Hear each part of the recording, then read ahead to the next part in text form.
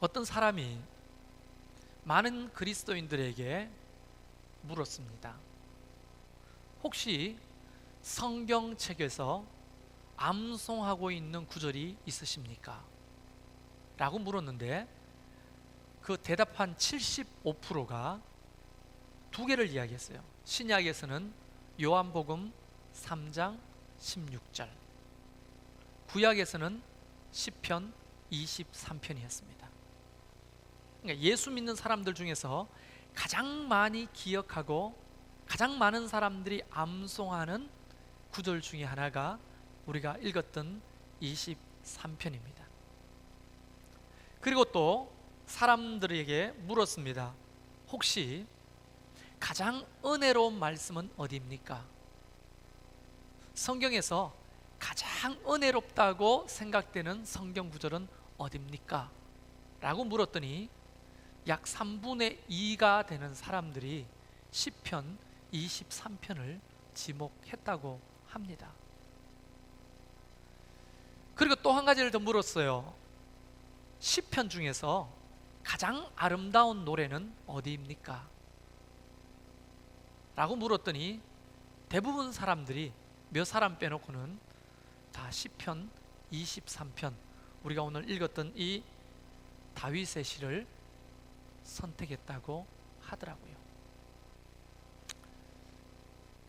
정리를 해보면 세상에 예수 믿는다고 하는 많은 사람들 중에 가장 사랑하는 성경 구절, 가장 많이 암송하고 있는 성경 구절, 가장 아름답다고 은혜롭다고 여기는 성경 구절 베스트 1위 바로 시편 23편 이 말씀이라는 겁니다.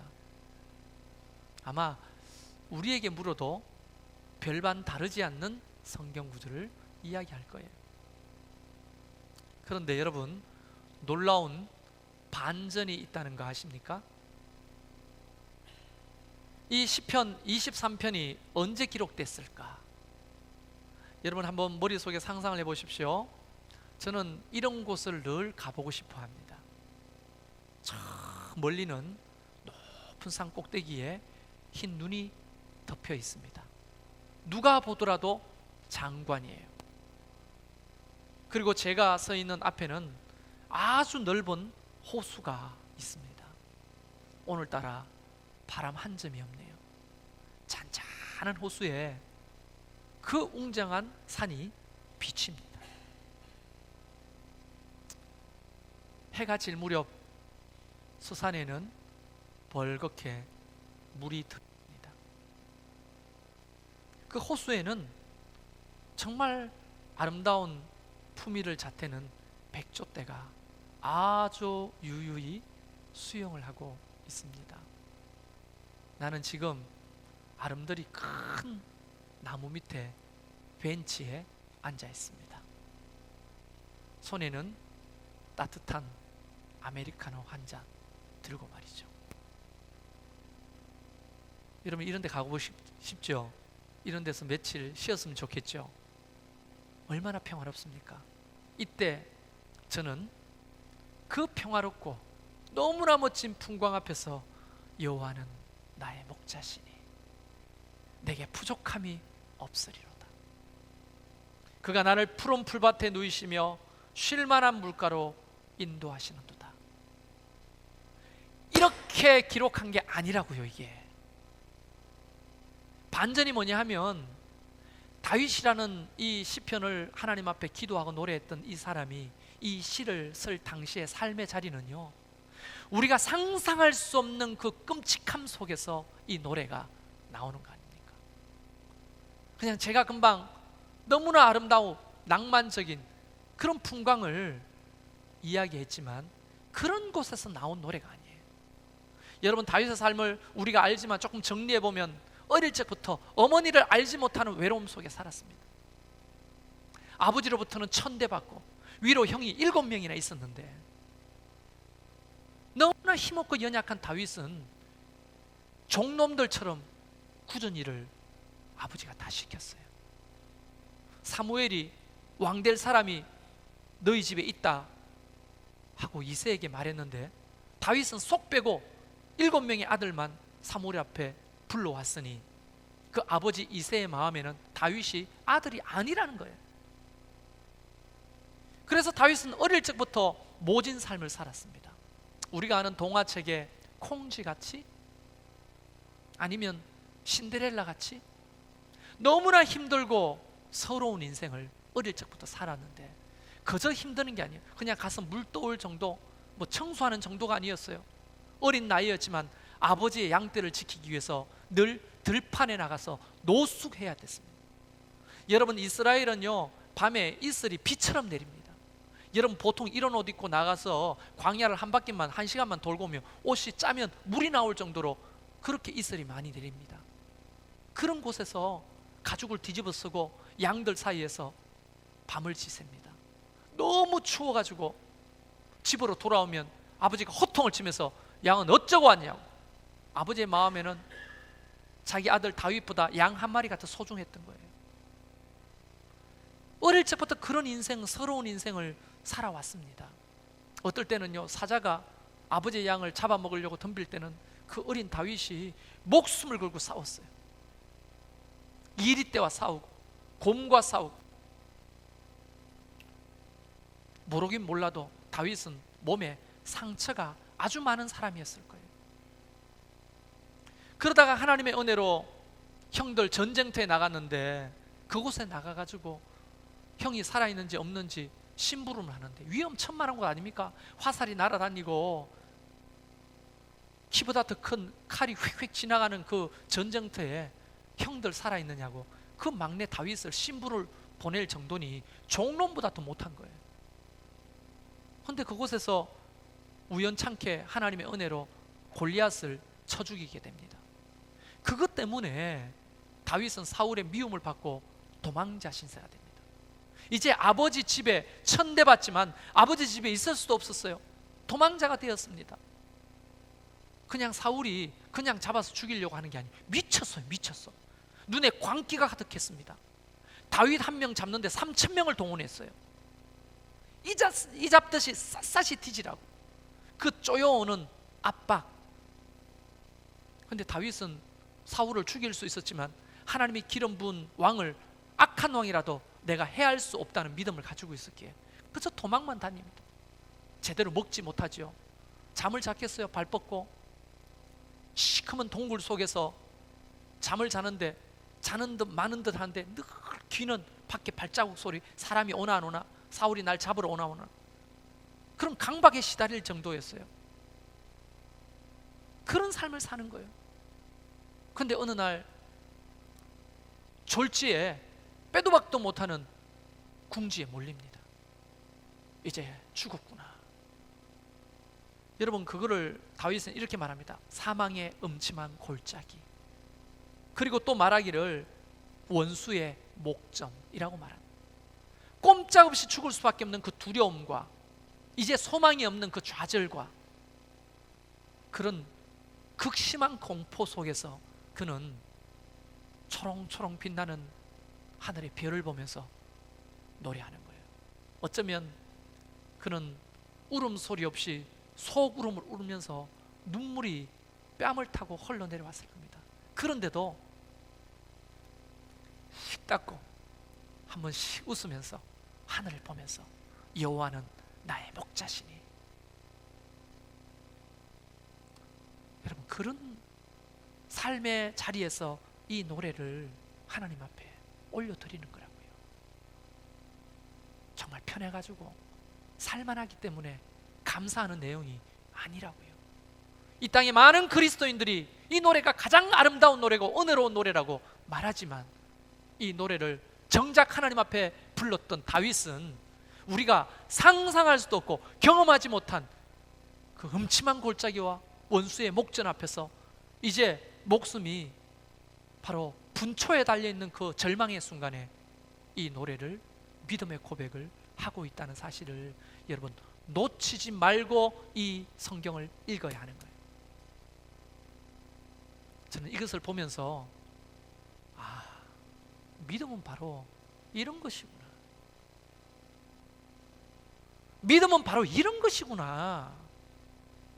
여러분, 섭섭해도 할 수 없는데요, 저는요 정말 하나님 앞에 좀 어떨 때는 너무 죄송스러울 때가 있어요.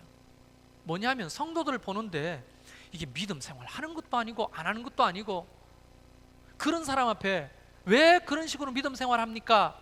하면 교회를 안 나올까 봐 제가 그 말을 못 합니다. 또 못하고 나면, 야, 목사님, 목사가 돼가지고 성도들 정말 바른 신앙으로 이끌어야 되는데 성도들 눈치만 보고 있으니 교회 떠날까 봐 전전긍긍하고 있는 내가 하나님 앞에 너무 초라하고 죄송한 거예요. 제가 어떻게 해야 될까요? 10년, 20년, 30년, 40년 교회는 뻔질나게 다니는데 조그만 좌절, 조그만 어려운, 조그만 힘든 일이 있으면 이런 노래는커녕 도리어 하나님을 원망하고, 도리어 세상을 원망하고 한탄하고. 근데 또 찬송할 때는 이 말을 알아듣 오지게 잘해요. 또 마치 하나님이 정말 살아계신 것처럼 노래해요. 근데 삶에는 전혀 믿음을 발동하거나 사용하지 못하는 거예요. 그러면 도대체 하나님이 살아계신 겁니까? 제가 일전에도 한번 소개했는데요, 독일의 류백 교회의 벽에 흐름한 현판에 낡아 빠진 붓글씨 같은 걸로 써 있는 글이 있어요. 그 글에 이렇게 써 있습니다. 그 독일 류백 교회 간 사람은 낡은 벽에 써 있는 그 현판을 보고 숙연해지는 거예요. 이렇게 써 있습니다. 너희는 나를 주라 부르면서 따르지 않고, 너희는 나를 빛이라 부르면서 우러러 보지 않고, 너희는 나를 길이라 부르면서 따라 걷지 않고, 너희는 나를 삶이라 부르면서 의지하지 않고, 너희는 나를 존귀하다 하면서 섬기지 않고, 너희는 나를 강하다 하면서 존경하지 않고, 너희는 나를 의롭다 하면서 두려워하지 않으니, 그런즉 너희를 꾸짖을 때에 나를 탓하지 마라.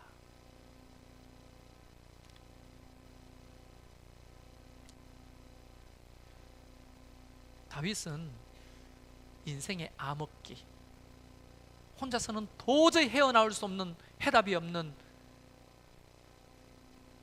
오늘 자기가 표현한 대로 사망의 엄침한 그 골짜기에서 이 믿음의 고백을 하고 있는 거예요.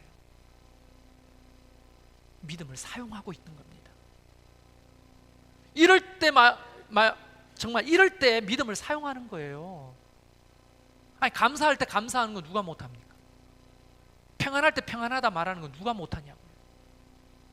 믿음이라고 하는 것은 바로 이런 흑암과 같은 인생의 어려운 순간에 살아계신 하나님을 믿고 그분을 향해 이런 고백을 하면서 돌파하고 나아가는 거, 그게 믿음 아닙니까?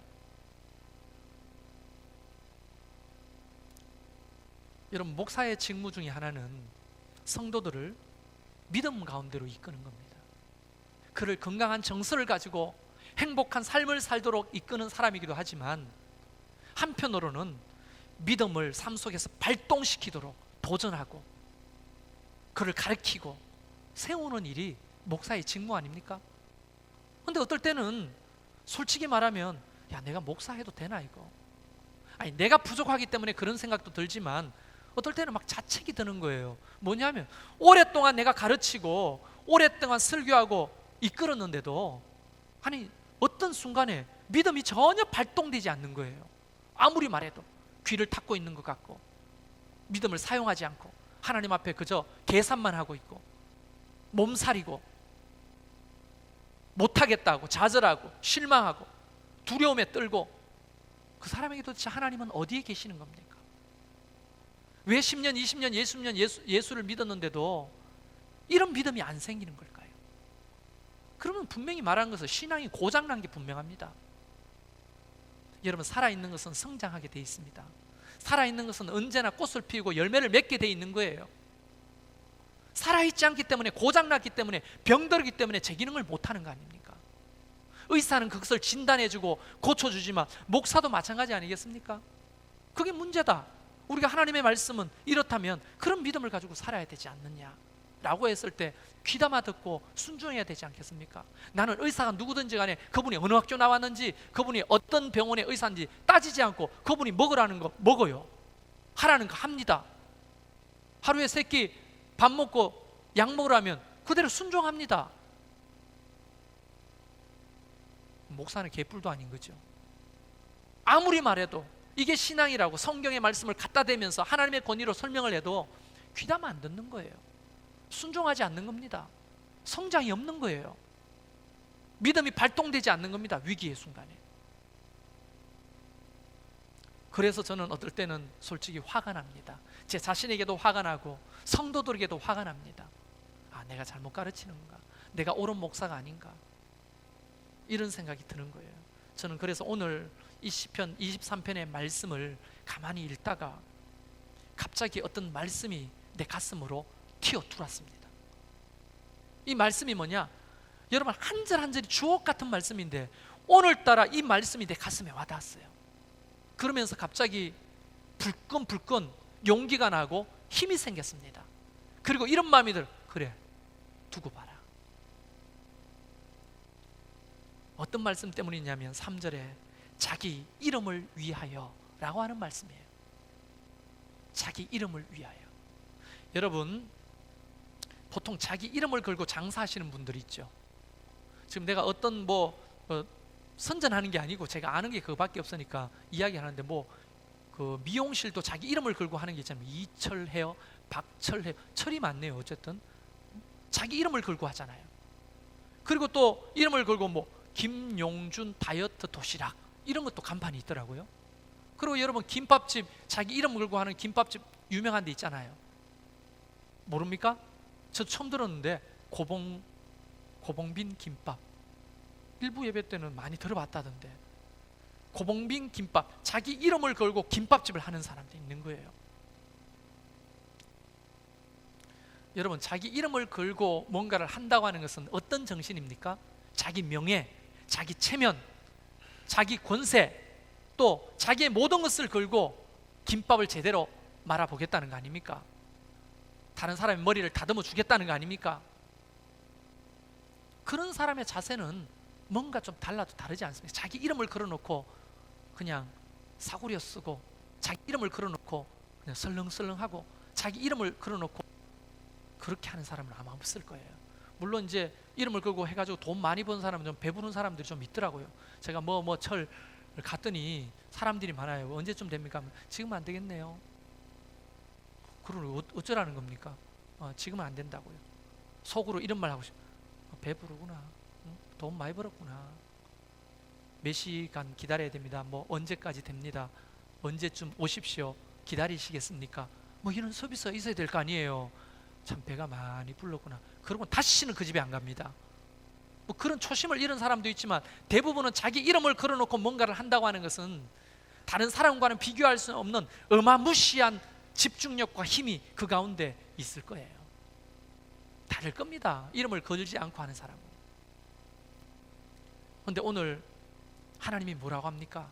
야훼, 여호와 라고 하는 이름을 걸고 자기의 자녀들에게 두 가지를 약속하고 있는 거예요. 하나는 뭐냐? 나는 너의 목자가 돼줄 거다. 내 이름을 걸고 나는 너의 목자가 돼줄 거라는 겁니다. 또 하나는 뭡니까? 내 이름을 걸고 나는 너를 인도할 거라는 거예요. 그냥 해주시는 게 아니에요. 이름을 걸고 하겠다는 거예요. 이름을 걸고. 얼마나 놀라운 약속입니까? 다윗은 그것을 깨달았던 거예요. 이름을 걸고 자기를 지키시고 인도하시는 그 하나님을 바라보니까 그런 사망의 음침한 골짜기와 원수의 목전 앞에서도 이런 노래를 부를 수 있는 담대함이, 담력이, 용기가 생기는 겁니다.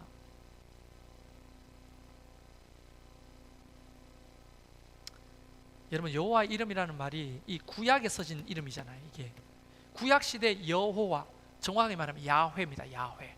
이 야훼라는 말이 얼마나 거룩한 이름이고 얼마나 대단한 이름인 줄 아십니까? 서기관들이 성경을 필사하거든요.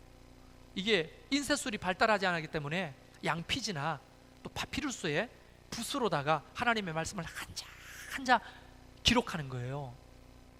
기록하는데 야훼라고 하는 이름이 쓰게 되잖아요. 야훼라는 이름을 쓰면 붓을 다시 깨끗하게 팝니다.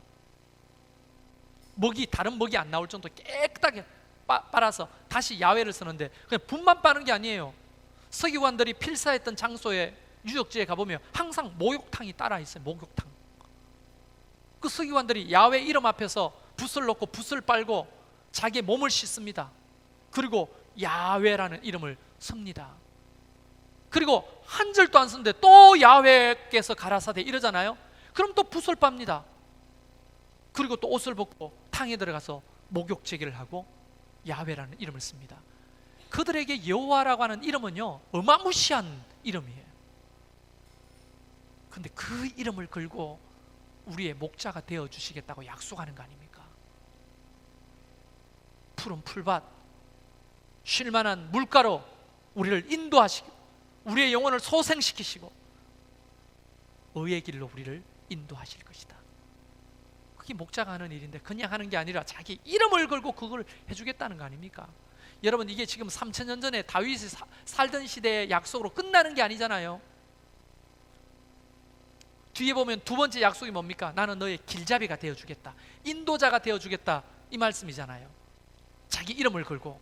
어떻게 말씀하십니까? 사망의 음침한 골짜기를 다닐지라도 해를 두려워하지 않을 것은 주께서 나와 함께 하심이라. 주의 지팡이와 막대기가 나를 안위하시나이다.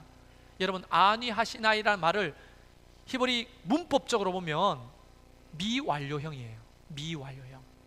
다시 말하면 옛날에 한 번 하고 치운 게 아니고 끊임없이 우리를 안위해 주시겠다, 안전하게 우리를 이끌어 주시겠다는 약속이에요. 그렇다면 지금 약 3000년이 지난 지금 하나님은 우리에게도 이 약속이 유효할까요? 여러분, 유효하다고 생각하십니까? 하나님은 변개치 아니하시는 분이라고 소개하잖아요. 마음이 해딱해딱 사람들처럼 죽을 듯이 변하는 분이 아니라고요. 그분의 움직이는 그림자도 없다고 했습니다. 주무시지도 않는다고 했어요. 그분이 주무시지도 않고 눈 뜨면서 우리랑 눈싸움 하는 겁니까? 아니죠. 오늘 이 약속대로 안위해 가시는 거예요. 끊임없이 하나님의 자녀들을. 뭘로요? 지팡이와 막대기로. 여러분, 지팡이라고 하는 말은 히브리 원어에 보니까 이시아넷이라는 말을 씁니다. 이 이시아넷이라는 단어를 치면요, 그림들이 나오는데 어떤 그림이 나오냐면 목자들이 구부러진 지팡이를 짚고 가는 모습이 나옵니다. 목자들이 구부러진 지팡이 있죠. 우리나라 정서로 말하면 신선들이 짚고 다니는 그런 지팡이에요. 이런 지팡이는 뭐 하느냐 하면, 예를 들어서 도랑을 건널 때 이게 칠퍽칠퍽하게 양들이 빠지는 강인지 아닌지에 대해서 눌러보는 거예요. 그리고 또 양 몇 마리가 또 그런 단체를 이탈하면 엉덩이를 툭툭 쳐서 길을 잃지 않도록 인도하는 역할을 하는 것이 바로 이 지팡이에요. 지팡이. 이게 이시아넷이에요. 이시아넷. 그런데 막대기가 있잖아요. 이 막대기를 사전에 찾아보면 시벳이라는 말을 씁니다. 시벳. 이 시벳은 뭐냐 하면 무기입니다. 무기. 그냥 막대기가 아니고 무기. 이 무기는 뭡니까? 양 때려 잡는 무기예요.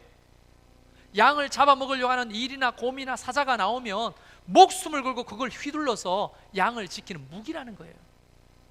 그러니까 그 인도자는 그냥 말로만 우리를 인도하는 것이 아니라 이시아넷, 지팡이와 시벳, 무기를 가지고 우리를 안위하시고 지켜주시는 분이라는 그 약속이에요.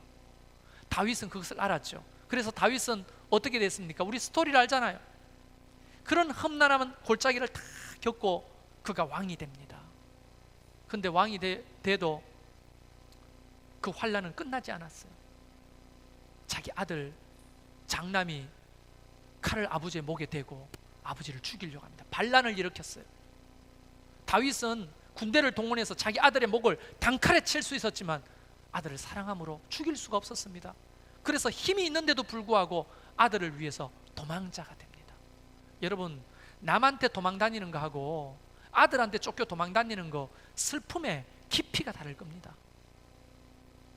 죽고 싶었을 거예요. 아마. 그런데도 불구하고 그는 이 신앙을 놓치지 않았습니다.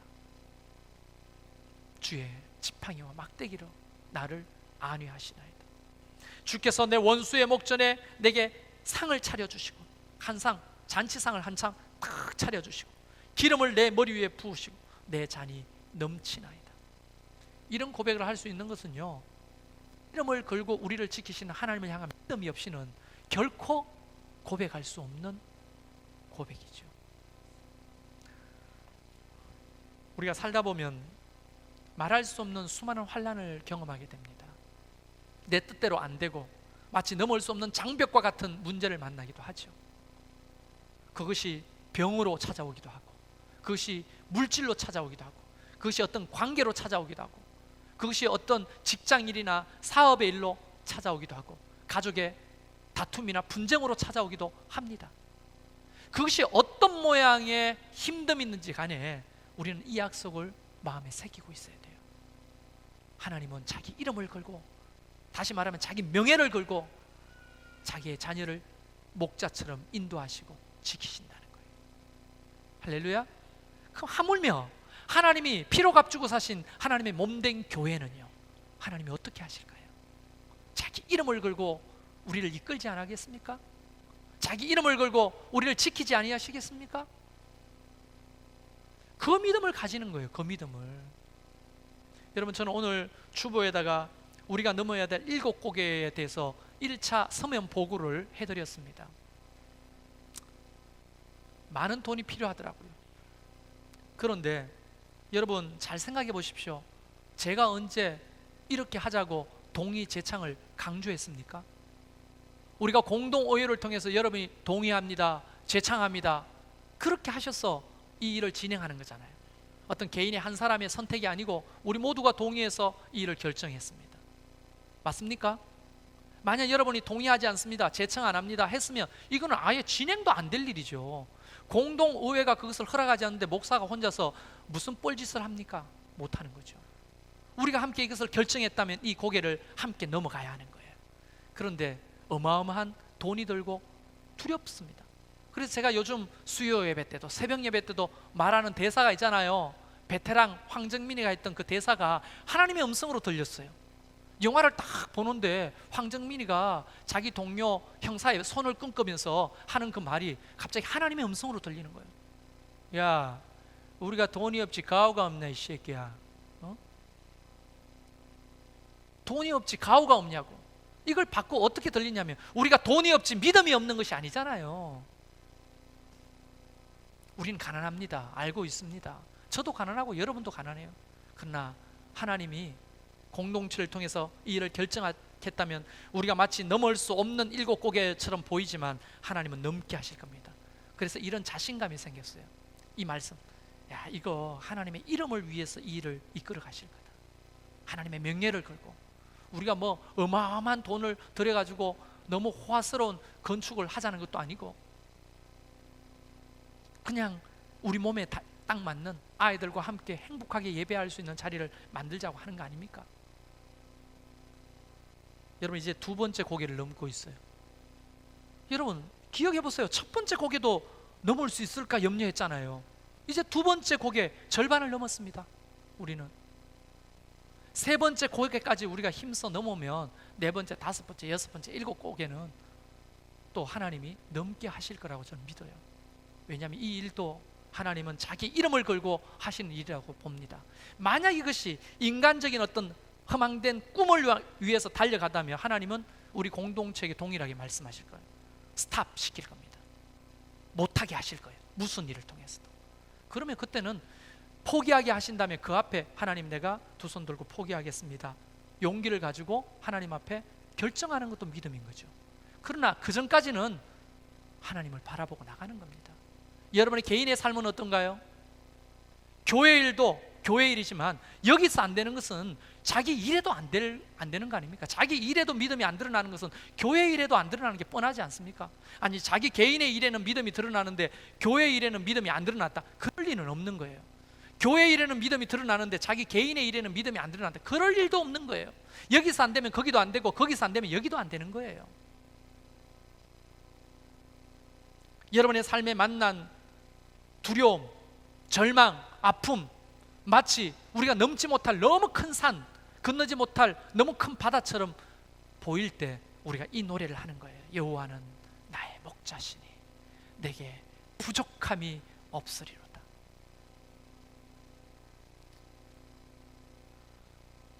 나는 저와 여러분이 적어도 믿음을 드러낼 수 있는 신앙인이 되기를 바라요. 어떤 의미에서는 교회만 자꾸 왔다 갔다 하는 사람들에게는요 별로 매력을 못 놓고요. 솔직히 솔직한 말씀, 제가 뭐 돌려서 못 말하는 거 알죠? 미안합니다만 그런 분들은 우리 교회 안 나오면 좋겠어. 뭐 그런 끔찍하고 섭섭한 말을 하시느냐 하는데, 교회라고 하는 것은 와가지고 신앙이 성장하고 그곳에서 정서가 건강해지고 그곳에서 하나님을 만나고 우리가 함께 하나님을 닮아가는 어떤 학교의 기능을 가지고 있잖아요. 10년, 20년, 30년 예수를 믿었는데도, 교회는 뻔질나게 왔다 갔다 하는데도 그런 성장이 없다. 그럼 뭐하러 교회 다닙니까? 뭐하러 교회 다니냐고요. 하고 싶은 건 마음대로 하고 살지. 여러분, 우리가 함께 성장하기를 저는 바라요. 다윗도 어느 날부터 갑자기 이런 믿음을 가진 사람이 아니었을 겁니다. 하나님은 그를 키우시고 자라게 하시고 결국은 이런 믿음의 사람으로 만들어 가실 거 아닙니까? 그 교회에 함께, 저와 함께 신앙생활 하는 사람은 제가 이거 합시다, 이렇게 기도합시다, 이렇게 배웁시다, 이렇게 훈련합시다 따라만 온다면 여러분은 정말로 수지 마실 겁니다. 왜? 저는 개인적으로 야망이 없어요. 그걸 내려놨습니다. 하나님 앞에. 유명한 목사가 되고 싶은 마음도 없고, 교회를 뭐 수만 명 모이는 큰 대형 교회를 만들고 싶은 마음도 없어요. 다만 저의 꿈이 있다면 여러분이 이런 다윗과 같은 믿음의 사람으로 세워져서 여러분에게 허락된 삶 속에서 믿음 드러내고 사는 사람이 되면 좋겠다는 거예요. 그 욕심 외에 별로 없습니다. 교회 이전에가 건축하는 일도 그런 공간이, 그런 일을 가능케 하는 공간이면 되는 거예요. 그 정도만 되면. 여러분이 무슨 생각을 하고 계시는지 모르겠습니다만은 여러분의 삶의 직장 문제, 사업 문제, 가족 문제, 또 질병의 문제, 여러분 그런 것들을 경험하고 있다면, 도저히 힘들고 어렵다면 자기 이름을 위해 자기 백성들을 인도하시고 지키시는 하나님을 바라보십시오. 이전과 건축을 앞에 둔 그 교회 성도 여러분, 돈 계산하지 마십시오. 하나님 앞에. 하나님은 5원이나 5억이나 하나님 앞에서는 일반입니다. 하나님은 감기나 암이나 하나님 앞에서는 동일한 거예요. 우리 입장에서 그게 어마어마한 차이가 있지만 하나님 앞에서는 동일한 거 아닙니까? 그래서 돈을 낼, 헌금할 힘이 없으면 기도하는 거예요. 하나님, 나는 가난해서 돈을 10,000원, 20,000원, 100,000원 이거밖에 못하지만 하나님 도와주세요. 하나님 우리 교회 도와주세요. 그렇게 기도하면 되는 거예요. 왜냐하면 자기 이름을 위하여 우리를 지키시니까. 하나님은 자기의 명예를 위하여 이 일을 진행하고 계시니까 결코 찌그러지거나 포기하지 않게 하실 겁니다. 예, 똑똑히 보게 될 겁니다. 우리가 함께 이것을 봐야 될 거 아닙니까? 하나님이 살아계시고, 아, 다윗이 고백했던 이 자기 이름을 걸고 우리를 지키신다는 하나님이 정말 살아계시네, 정말 살아계신 하나님이구나. 이걸 우리가 같이 고백해야 될 거 아닙니까? 멀리서 구경만 하는 자가 되지 마십시오. 함께 이 일을 해갑시다. 여러분, 이 시편을 우리가 같이 다시 한 번 더 함께 좀 고백하면 좋겠습니다. 혹시 힘듭니까? 어렵습니까? 두렵습니까? 아픕니까? 좌절되고 계십니까?